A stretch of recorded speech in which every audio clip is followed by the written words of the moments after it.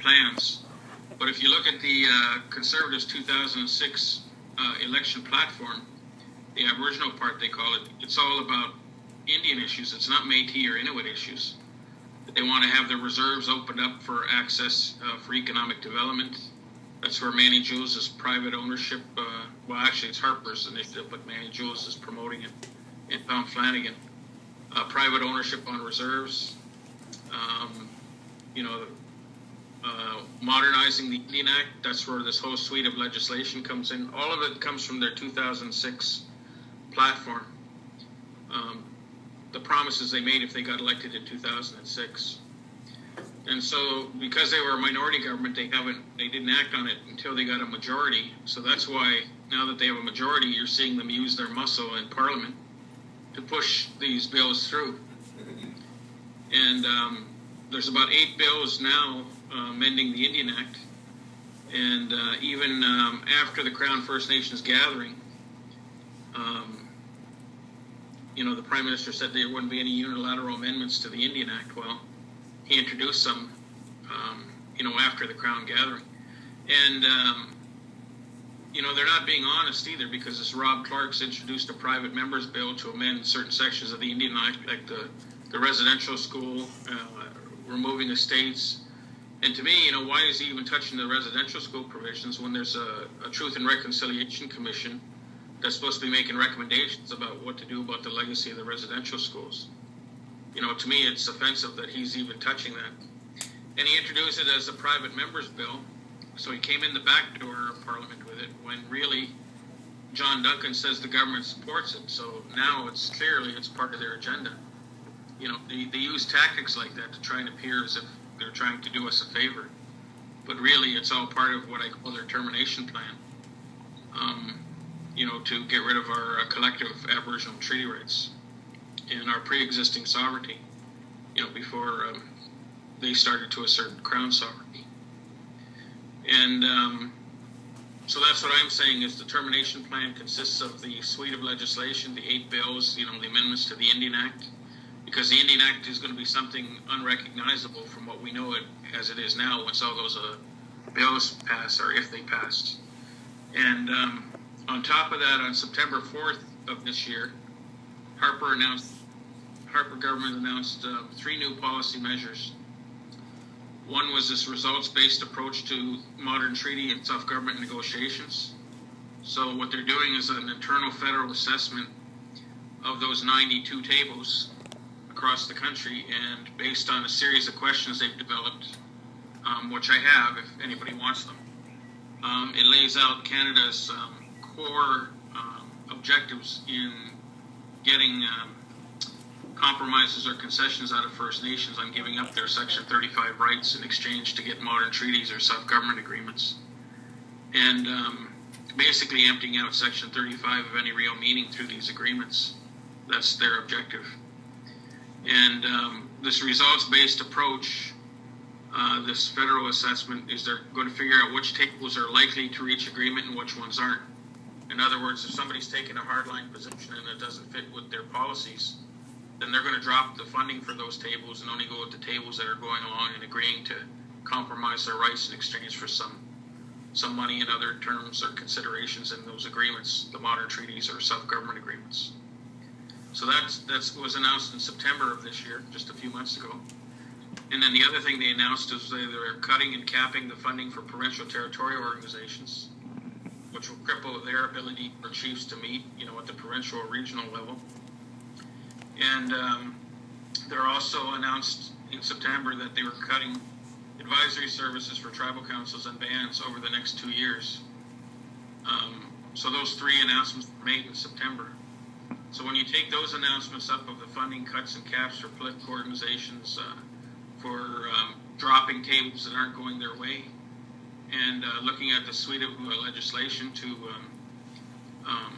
amend the Indian Act and other acts, like the Navigable Waters Act, C-45, that people are talking about, that will affect Aboriginal treaty rights.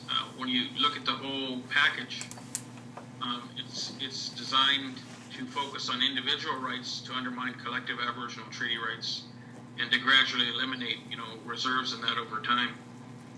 because they can't legally get rid of reserves, for example, on the prairies, because they were created under treaty.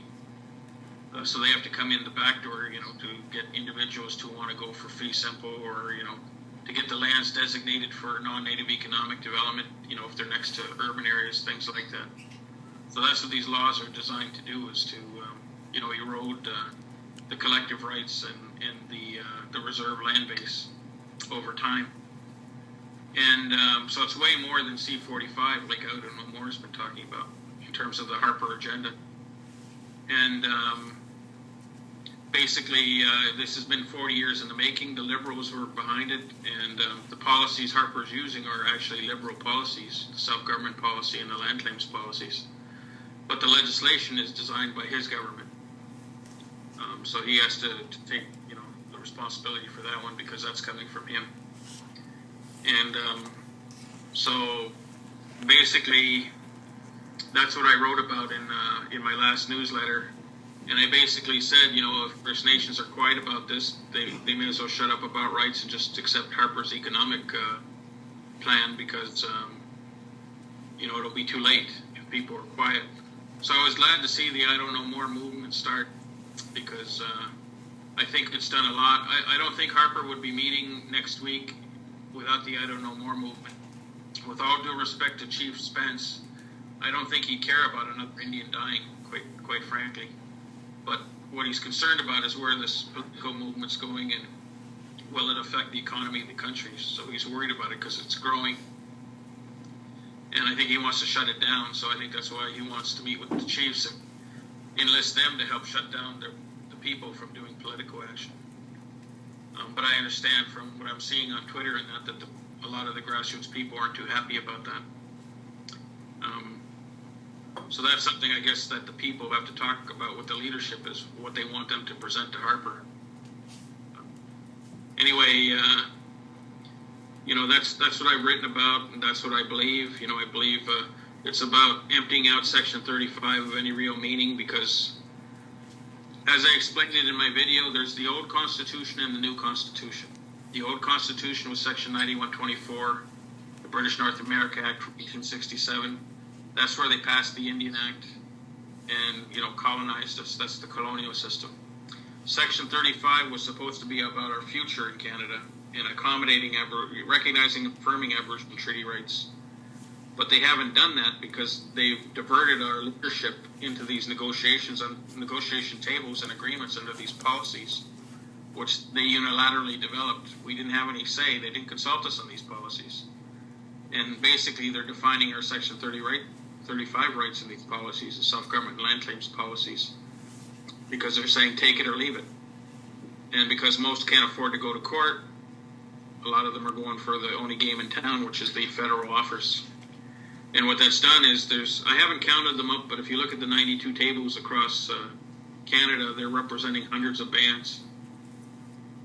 So there's hundreds of bands that are locked into this negotiation system that are heading towards terminating their rights in exchange for some cash and some delegated authority.